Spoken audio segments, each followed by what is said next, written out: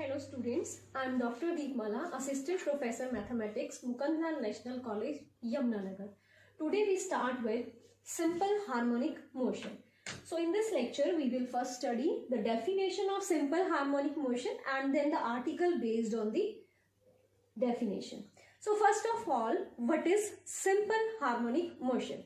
So definition is a particle is said to execute simple harmonic motion. In short, we will write that SHM if it moves in a straight line such that its distance is always directed towards the fixed point in the line and is proportional to the distance of particle from the fixed point.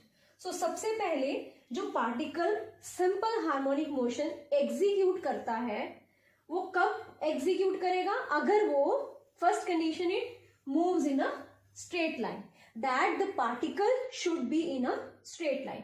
और उसके बाद straight line में तो हो such that condition किसके ऊपर है? Acceleration के ऊपर. The acceleration is always directed towards a fix point in the line. और वो जो फिक्स पॉइंट है, catch word is fix point which is in the line. And this acceleration is proportional to the distance of particle from the fix point, this fix point. So अगर हम इसको draw करें, the particle is moving in straight line, let the particle is moving in this straight line and let us take O be the fixed point in this straight line and particle is moving towards, let us say O A, and let us take a position P of the particle at a distance x from the fixed point. A particle is moving with velocity v. So this particle will execute SHM if the acceleration, straight line में तो ये है, the acceleration कहाँ पे होगी? Is always directed towards the fixed point. Suppose particle is moving this way, the acceleration is always directed towards the fixed point. So acceleration कहाँ पे होगी? हमेशा fixed point की तरफ. तो fixed point कौन सा है? O. तो acceleration is always towards O. And this acceleration at any point P is proportional to the distance of particle from the fixed point. If and this acceleration, अगर मैं इसको denote करूं, acceleration, let us it denoted by A or you can say AC, A double C. This is acceleration. तो ये जो acceleration है, this is proportional to distance of the particle from the fixed point. अगर मैं acceleration इस point P पे निकालूं तो इन दोनों के बीच में fixed point और इस point के बीच का distance कितना है? X. So it is proportional to X. Clear? So अगर आपके पास कोई भी particle straight line में move करे such that the acceleration is always directed towards the fixed point in this line and is proportional to the distance of the particle from the fixed point at any position P, then this type of motion is called simple harmonic motion. So let us take article based on this. Students, let us take article based on the definition of simple harmonic motion. So article is a particle moves in a straight line such that its acceleration is always directed towards a fixed point in the line and is proportional to the distance of the particle from the fixed point. Discuss the motion. So आपको जो article given है उसमें जो particle है it moves in a straight line और condition उसकी acceleration पे है that it is always directed towards the fixed point in the line. और तीसरी condition क्या है? It is proportional to distance of the particle from the fixed point. It means the particle is executing simple harmonic motion. So we have to discuss this motion. So let us take the particle is moving in the straight line A dash and O be the fixed point O A. Clear? Let this distance be taken as A and this is also A. This is the mean position O. particle is moving in the direction OA. Let this particle is moving in the direction OA with velocity v at any time t. Suppose the position of particle is at point P. This is the position of particle at any time t at a distance x from this fixed point O. This O is fixed point in the line A dash O A.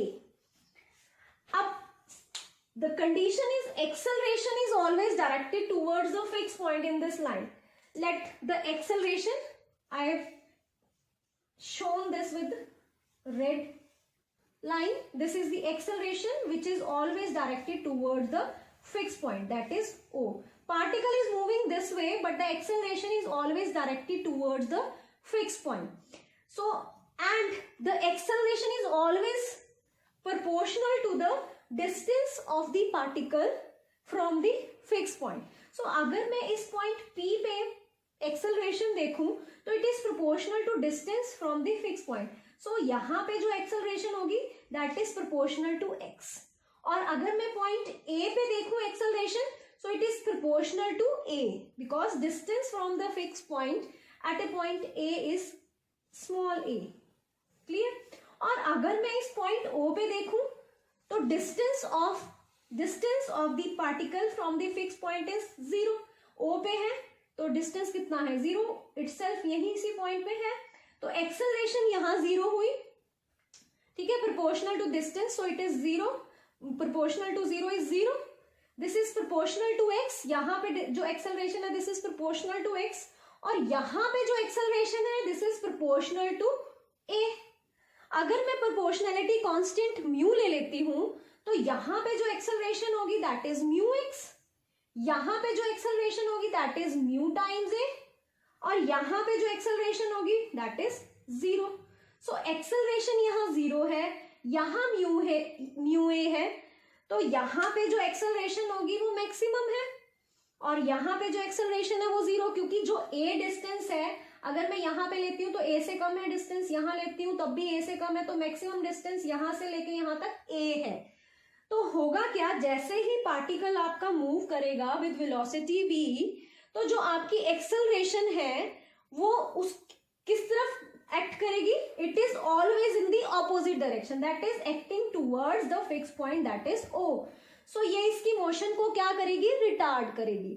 Retard करने का मतलब इसको slow करती चली जाएगी. और जैसे ही ये पार्टिकल यहाँ पे पहुंचेगा जब एक्सेलरेशन मैक्सिमम है और टुवर्ड्स द फिक्स पॉइंट है, तो वो उसको पूरी फोर्स से इस तरफ खींच लेगा. ठीक है, सो जैसे ही यहाँ पे पहुंचेगा आपकी वेलोसिटी क्या हो जाएगी 0. एक्सेलरेशन क्योंकि मैक्सिमम है और किस तरफ है, टुवर्ड्स द फिक्स पॉइंट, तो पार्टिकल फिर से इधर मूव करना शुरू कर देगा. और जैसे जैसे पार्टिकल इधर मूव करना शुरू करेगा तो क्या होगा, एक्सेलरेशन 0, यहाँ पे आके एक्सेलरेशन 0 हो जाएगी और वेलोसिटी यहाँ पे मैक्सिमम होगी.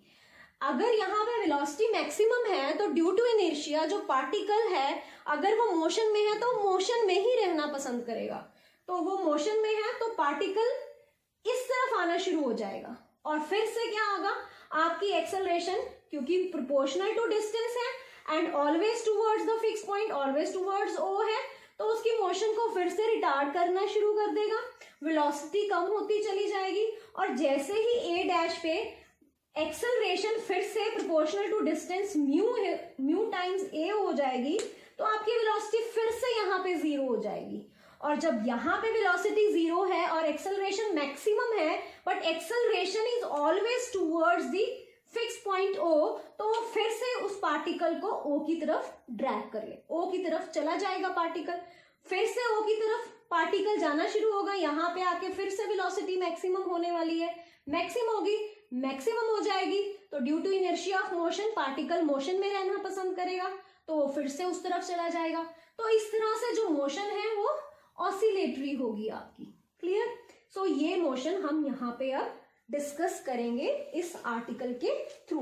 सो let us write let proof of the article. सो मैंने आपको एक ब्रीफ ओवरव्यू दिया कि इस आर्टिकल में हम करने क्या वाले हैं. So let the let the particle is moving in straight line, that is A dash O A, where O be the fixed point in the line. Clear? Let the particle be at position P, moving at any time t, moving with velocity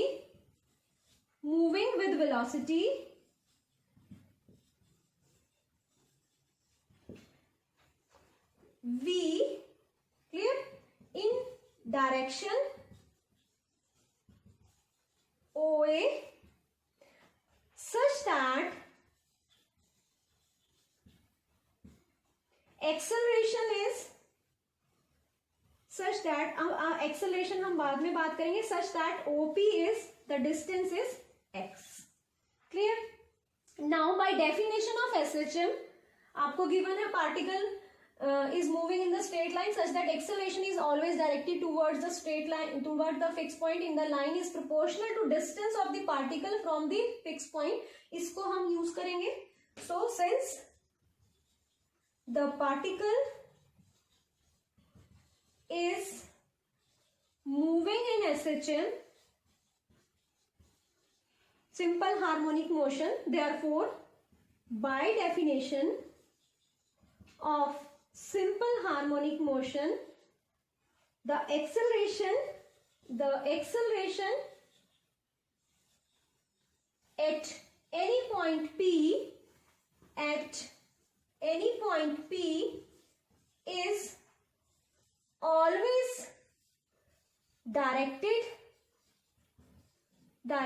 towards fixed point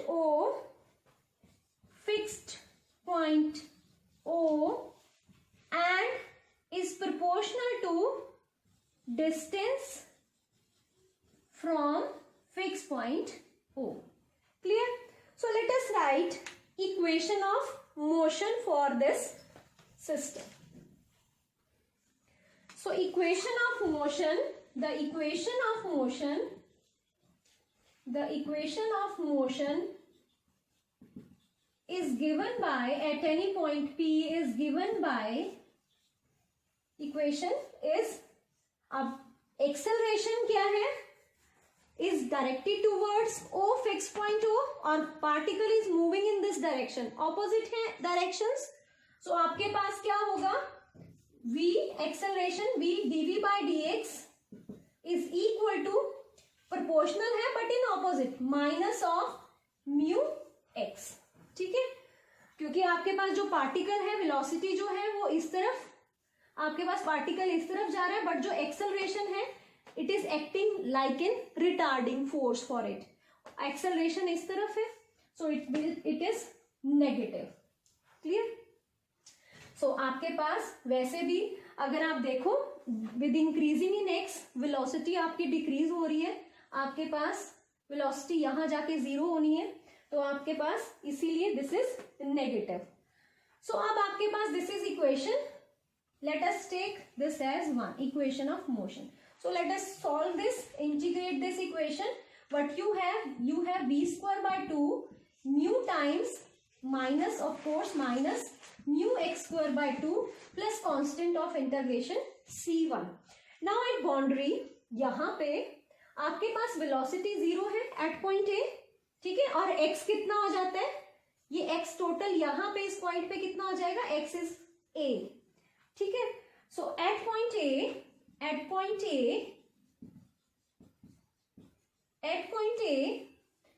velocity is zero and x is equal to a.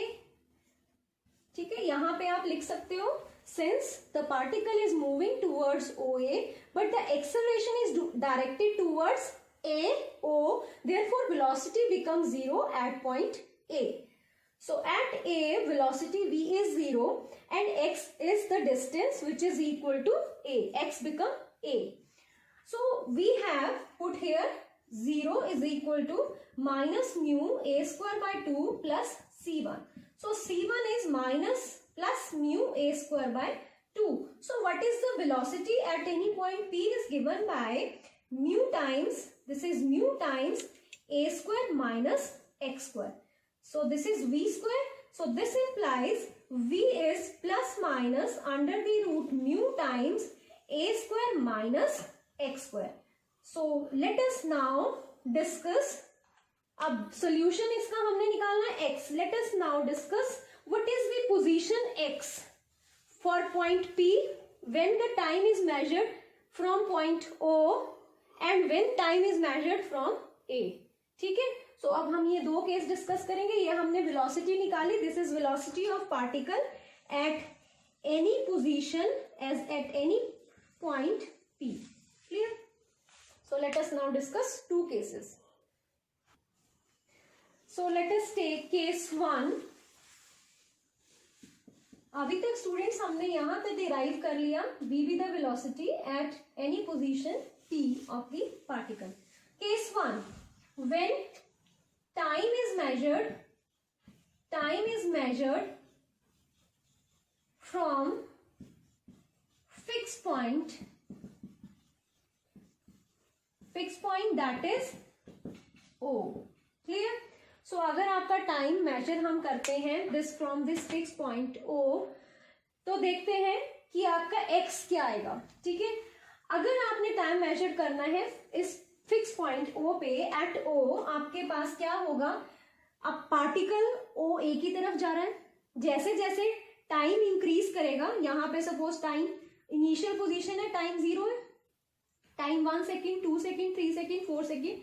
तो जैसे जैसे time increase करता है आपका x भी increase कर रहा है. x की वैल्यू यहाँ पे भी x की वैल्यू लेट अस टेक 0 है यहाँ x की वैल्यू. जैसे जैसे आपका x t बढ़ेगा वैसे वैसे आपका x क्या है, इंक्रीज कर रहा है. तो with increase in t x also increases. So rate of change of x with respect to t is positive. x और t, अगर x बढ़ रहा है t बढ़ रहा है तो x भी बढ़ रहा है. So rate of change dx by dt is positive. So यहां पे लिख लो since with increase in time t the distance x also increases. Therefore dx by dt, that is velocity of particle in this direction, is taken to be positive. So we have this.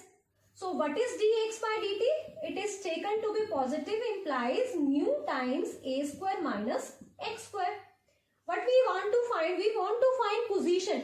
हमने क्या निकाल लिया? Velocity. हम velocity निकाल चुके हैं particle की at any time t at any position x. Clear? अब हमने निकालना है distance, position of particle at any time t. So हम इस equation को solve करके x निकालने वाले हैं. So integrating this, what we have dx upon under the root a square minus x square is equal to under the root mu times dt. So this is sine inverse, standard formula of integration. X upon a is equal to under the root mu times t plus constant of integration, let us say c2. So at position O, at point O, initially at O, we have t0 and x0. Clear?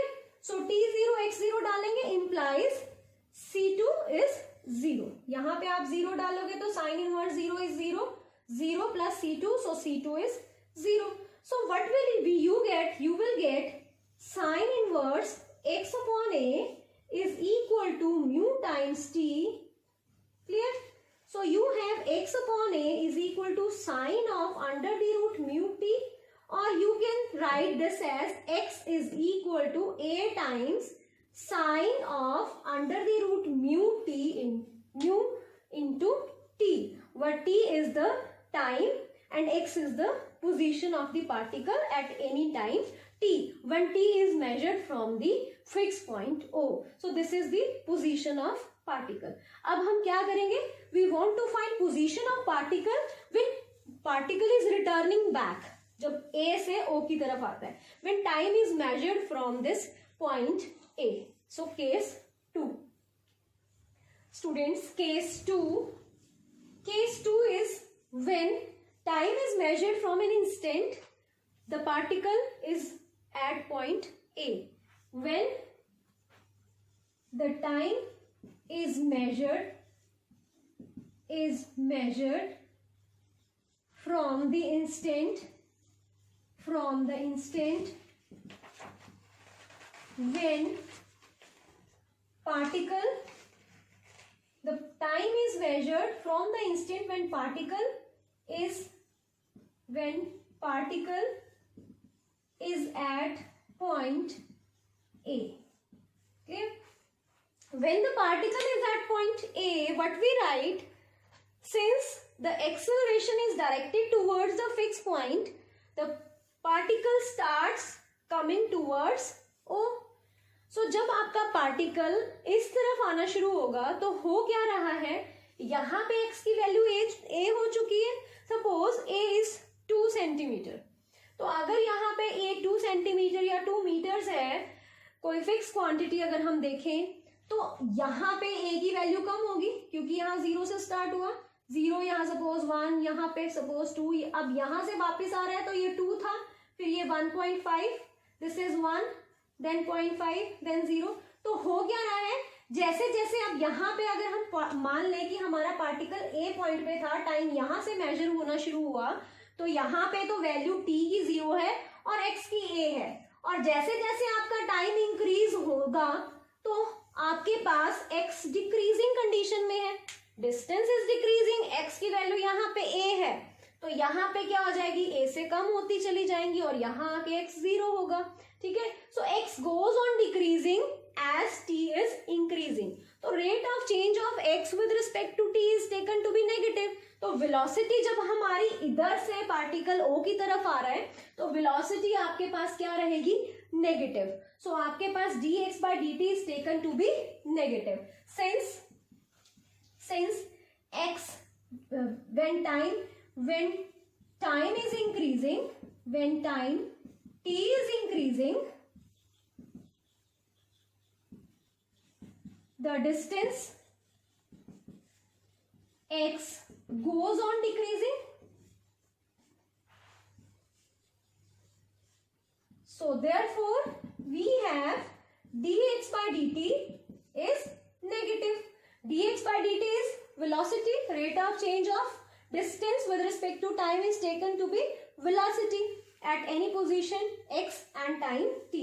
So this is the velocity. So we have dx by dt is equal to minus mu times a square minus x square.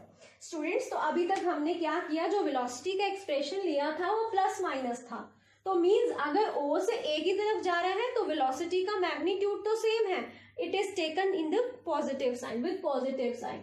और जब A से O की तरफ आ रहा है then magnitude remains the same but sign become negative. So it is minus of under the root mu times a square minus x square in direction A to O. ठीक है, so this is the velocity. Let now find the position x at any position p. So what is x? Integrate this. So this is dx with negative sign under the root a square minus x square is equal to under the root mu times dt. So what will you get? You will get this as cos inverse negative sign की वजह से x upon a, and here you will have mu under the root mu t plus c3. Let us take this is c3. So अब आपके पास क्या है, at point initial point A t is 0 and x is a. At A we have t is 0 and x is a. So put t 0 here, it is 0, x is a, cos inverse 1 is, यहाँ पे आप a डालोगे, it is cos inverse 1 is equal to c3. Cos inverse 1 is 0, so c3 is 0. So C3 0 डालते ही आपके पास क्या आ जाएगा expression? It is cos inverse x upon a is equal to under the root mu t plus C3 is 0. So you have x upon a, or you can say x is equal to a times cos of under the root mu times t. So this is the position of particle at any time t when particle is coming from a to o. So हमने अभी तक velocity का expression किया and position of particle in two cases, when particle is moving from o to a and when it is coming back from a to o. So students, let us now derive an expression for maximum and velocity and minimum velocity. So maximum and minimum velocity, next case is maximum and minimum velocity.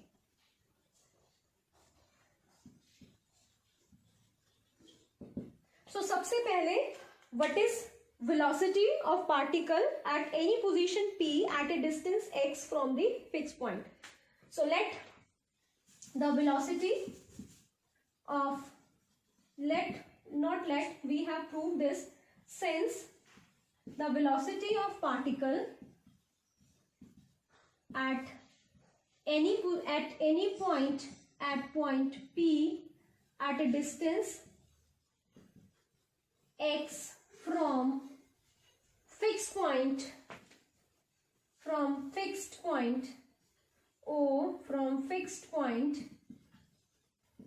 O is equal to, अभी हमने discuss किया कि जब particle इधर से इस side जा रहा है तो यहाँ पे जो वेलोसिटी होगी वो पॉजिटिव होगी.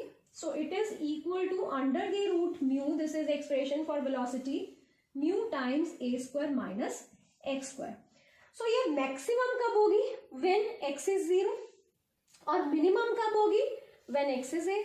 सो means at fix point O, that is, अब इसको हम नाम देते हैं फिक्स पॉइंट, सेंटर पॉइंट और मीन पोजीशन, जो भी आप देना चाहो, mean position, center point, fix point. So mean position के अबाउट आपकी जो वेलोसिटी रहेगी वो मैक्सिमम रहेगी. So maximum velocity is v max is equal to when x is 0. When x is 0, velocity is maximum. So velocity, what is maximum velocity? Under the root mu times a at mean position,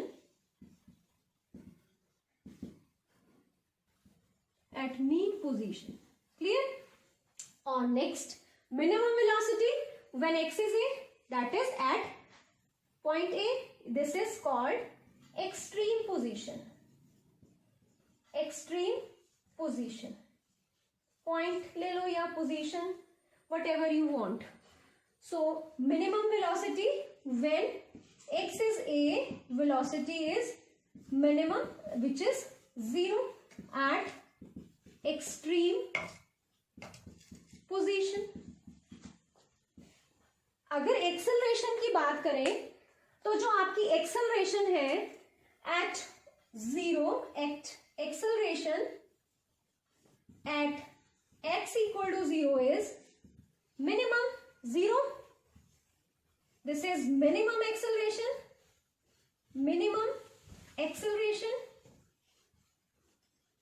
at mean position. और अगर हम maximum acceleration की बात करें तो वो कहाँ पे होगी? ये हमने पहले ही डिस्कस किया था, at x equal to a, that is equal to mu a, that is maximum acceleration at extreme position. So let us now discuss the motion. हो क्या रहा है आपका? यहाँ पे आपका जो पार्टिकल यहाँ से मूव करना शुरू किया, आपकी यहाँ पे वेलोसिटी, ये एक्सप्रेशन आपने निकाला. उसके बाद हमारा जब पार्टिकल ए पॉइंट पे आया तो इसकी वेलोसिटी 0 हो गई. वेलोसिटी 0 क्यों हुई? हमने डिस्कस किया था, बिकॉज जो एक्सेलरेशन है that will keep on increasing, और यहाँ पे आके एक्सेलरेशन मैक्सिमम हो जाएगी, that is mu a, because it is proportional to the distance. But जो एक्सेलरेशन है वो हमेशा directed towards the fix point, तो वो इसकी मोशन को रिटार्ड करेगी, मीन्स इसकी वेलोसिटी कम होनी शुरू हो जाएगी. This is acting as retarding force, क्योंकि वो उसको इस डायरेक्शन में खींचेगी. तो यहाँ पे जब वेलोसिटी जीरो हो गई, कोई एक पॉइंट हमें ऐसा मिल गया जहां पे वेलोसिटी जीरो हुई, वहां पे हमने स्टॉप किया और उस डिस्टेंस को हमने लिख लिया a. The next lecture we will discuss that this is amplitude of this simple harmonic motion. तो आपके पास यहाँ पे जब पार्टिकल आके रुका, since acceleration is maximum and it is always towards this point, तो पार्टिकल फिर से इधर मूव करना शुरू कर देगा. और जैसे जैसे पार्टिकल इधर मूव करना शुरू करेगा, तो एट इस दिस पोजीशन वेलोसिटी तो इंक्रीज हो रही है और यहाँ पे वेलोसिटी क्या हो जाएगी, मैक्सिमम. जैसे ही यहाँ पे वेलोसिटी मैक्सिमम होगी, पार्टिकल यहाँ नहीं रुकेगा. ड्यू टू इनर्शिया वो मोशन में रहना पसंद करेगा और अपने आप को इस तरफ लाना शुरू करेगा. अब क्या होगा, जो एक्सेलरेशन है वो तो ओ की तरफ ही है, वो फिर उसको रिटार्ड करेगा, उसकी मोशन को रेजिस्ट करेगा. तो एक पॉइंट ऐसा आएगा जहां वेलोसिटी कम होते होते उसकी वेलोसिटी क्या हो जाएगी, जीरो हो जाएगी, और वो एग्जैक्टली इसी डिस्टेंस के इक्वल होगा, that is a, mu A. उसका मैग्नीट्यूड, यहाँ पे भी जो एक्सेलरेशन का मैग्नीट्यूड होगा वो म्यू ए होगा. ठीक है. So these are extreme points A and A dash. तो अब यहाँ पे जब वो पहुंच जाएगा, वेलोसिटी तो ऑफ कोर्स उसकी जीरो हो चुकी है, but due to the acceleration which is always towards O, वो पार्टिकल को इस तरफ फिर से खींच लेगा और फिर पार्टिकल उसी सेम वेलोसिटी से जो हमने ये एक्सप्रेशन निकाला था but with the negative sign, same velocity से इधर आना शुरू कर देगा. और जैसे ही फिर वो ओ पे पहुंचेगा, फिर से उसकी वेलोसिटी मैक्सिमम होगी और ड्यू टू इनर्शिया वो इस डायरेक्शन में मूव करना शुरू करेगा. फिर से वेलोसिटी जीरो हो जाएगी बट एक्सेलरेशन मैक्सिमम, वो उसको फिर से इधर खींच लेगा. तो ऐसे आपकी जो मोशन होगी वो क्या होगी, ऑसिलेटरी. और इस मोशन को हमने क्या नाम दिया है, सिंपल हार्मोनिक मोशन. पेंडुलम को आपने देखा होगा, वो मीन पोजीशन के अबाउट ऐसे ऑसिलेट करता है. These are extreme positions of the pendulum and this is the mean position of pendulum. तो इस तरह की मोशन को हम क्या बोलते हैं, सिंपल हार्मोनिक मोशन. तो इस आर्टिकल में हमने पूरी इसकी मोशन को डिस्कस किया कि किसी भी पोजीशन पे वेलोसिटी क्या होगी, पोजीशन पे एट एनी टाइम उस पोजीशन का एक्सप्रेशन निकालना हमने, what is x when time is measured from O and when time is measured from A. और उसके बाद हमने किसके एक्सप्रेशन निकाले, मैक्सिमम वेलोसिटी और मिनिमम वेलोसिटीज के एक्सप्रेशन निकाले. Then we discuss the maximum acceleration and minimum acceleration, and in the end we discuss the overall motion. Clear? So this is all about the article. So students, thanks for watching the video. In the next video we will discuss numericals and some definition based on simple harmonic motion.